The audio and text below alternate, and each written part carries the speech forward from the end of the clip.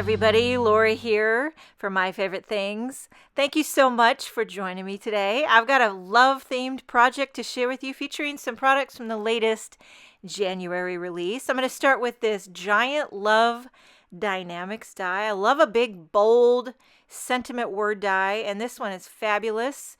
You can do vertical. It also fits beautifully horizontal. Today I'm going to go vertical. That is kind of my preferred way. If I can always go vertical, I choose that one. But either way is great. And so now you have the positive and negative of these words. I'm going to take this die again and die cut it with some scraps of solid color cardstock in Valentine's-y colors. So 2 shades of red and 2 shades of pink. And then I'm going to put those on a card base. But I'll show you in a minute. So this is definitely kind of a love theme, obviously, for the upcoming Valentine's Day. But I think you could use love any time of the year. So I have a white card base, and I'm going to use some liquid glue to glue down my solid color cardstock letters. And it's nice to have that panel there so you know exactly where the letters need to go, and they're aligned perfectly nice and flat. So there's a lot of different things you could do with this giant Love Dynamics die. If you want to put some acetate behind that window opening of the word, you could make it a shaker card.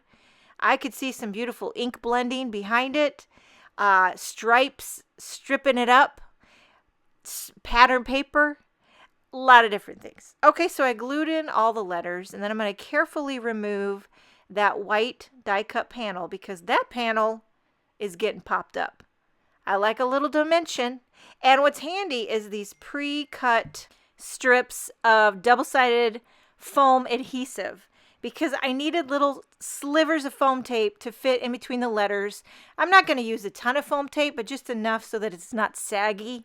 And I'm going to pop this down, line it right up with my die cut letters, and then you have instant dimension. And I put the little innard on the E. Later on, I'll put the innard on the O. I don't know why I waited on that one. I was thinking maybe I wouldn't need it. Okay, now for the sweet little images, we have this Love You Gnome Matter What. And I'm going to stamp this cute little gnome with a heart balloon with some Copic-friendly black ink, and we're going to do a little Copic coloring. And, you know, as soon as I saw that gnome with the stripe hat, whenever I see stripes on an outfit, you know I'm thinking rainbow. Okay, so we're going to do a rainbow striped gnome hat. Nothing sweeter than a gnome for Valentine's Day. And okay, so I'm doing the Copic colors. You can see my caps there. These are my go-to shades that I use, that I've used for years. And I keep it really simple.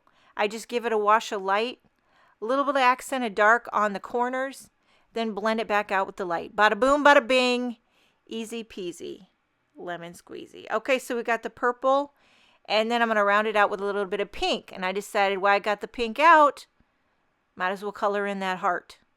And so I give it a nice wash of that RV10. And then I go in just down along the base for a bit of shadow. Nothing too hard. Don't overthink it with the Copics. Learned that a long time ago. You just go with the gut. And I just try to get a nice blend. That's what you want to do. Okay, so then finish it off. I gave the gnome a little blue sweater. It's definitely sweater weather here in Illinois. I'll tell you, it's freezing. The pond is frozen. The kids are skating. And you know who loves the frozen pond is Hank, our dog. Slipping and sliding all around. I don't know if it's good or bad, but I've got some pretty darn cute footage of the dog slipping and sliding and following the kids skating up and down the pond. The neighbors are love watching it.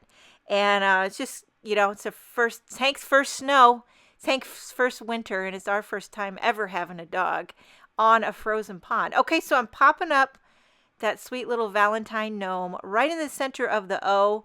And then for additional coordinating sentiment, I pulled out this new Itty Bitty Love sentiment set, and I'm going to emboss Sending You Love in white onto some black cardstock. So I inked it up with Versamark ink, stamp it twice to make it nice. I'm really trying to hold back not singing my little jingles. I noticed on my last video somebody said, "Must you sing everything?" And it really made me laugh because it's just, I can't, sometimes I don't know if I can stop it. You know what I'm saying?